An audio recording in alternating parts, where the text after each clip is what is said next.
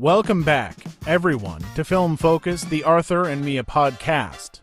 I'm Arthur, alongside Mia, and we are thrilled to have you back for our second episode as we master English together through the magic of cinema. That's right. Today, we are taking an extensive deep dive into one of the coolest, most energetic openings in film history, the diner scene from Quentin Tarantino's Pulp Fiction.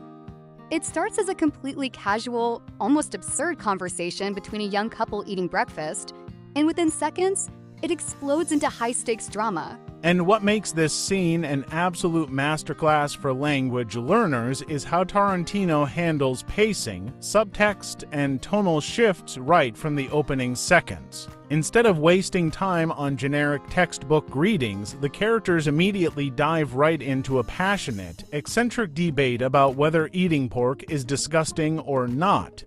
For our listeners, that phrasal verb to dive right in is an incredible conversational tool that native speakers use constantly when starting a meeting, a presentation, or a heated debate without wasting time on small talk, making it super easy to incorporate into your daily professional and social interactions. Let's really break down the mechanics of this phrase for a moment.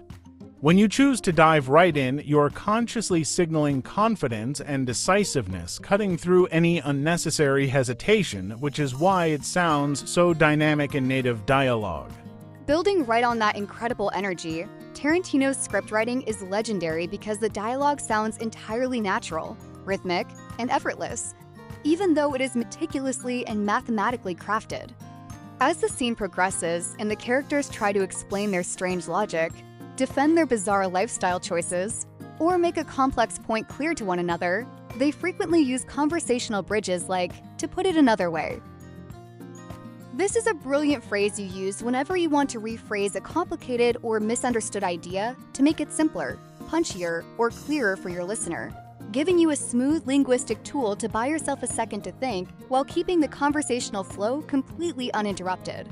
In everyday English, mastering these transitional bridges is what separates a stuttering speaker from someone who sounds truly fluent, because it grants you verbal breathing room while maintaining absolute control over the narrative arc of your sentence. The real narrative and psychological turning point of the scene arrives when Honey Bunny suddenly stands up, pulls out a massive gun, and screams, "Everybody be cool, this is a robbery," which plunges the entire innocent diner into absolute, deafening chaos. If we look closely at how native speakers talk about hypothetical survival strategies, panic, and risk management in terrifying moments like that, we naturally lean heavily on modals of advice and obligation like should, must, or ought to, leading straight into another fantastic, highly versatile idiom, to keep your head down, which means to stay out of trouble, avoid drawing unnecessary attention to yourself, and survive a dangerous or high-stress situation by remaining completely unnoticed.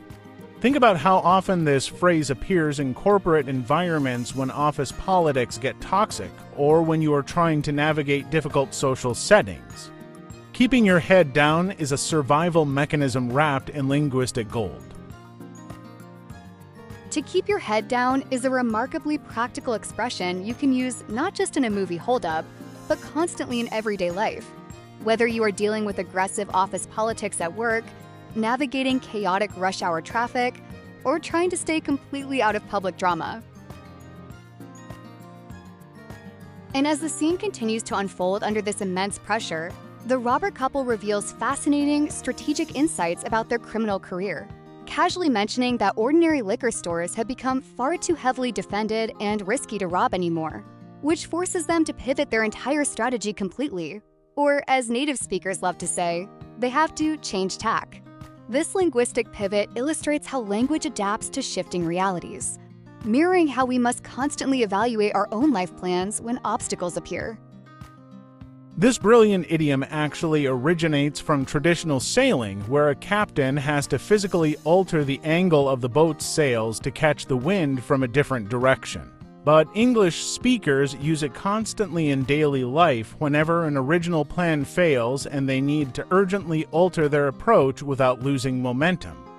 When you look at how much natural vocabulary, psychological subtext, and cultural nuance you absorb by analyzing a single cinematic scene rather than memorizing a lifeless, abstract vocabulary list, it becomes completely obvious why learning English through film contexts works so brilliantly, because the raw emotion, the visual cues, and the dramatic context make these phrases stick permanently in your long-term memory instead of fading away by tomorrow morning.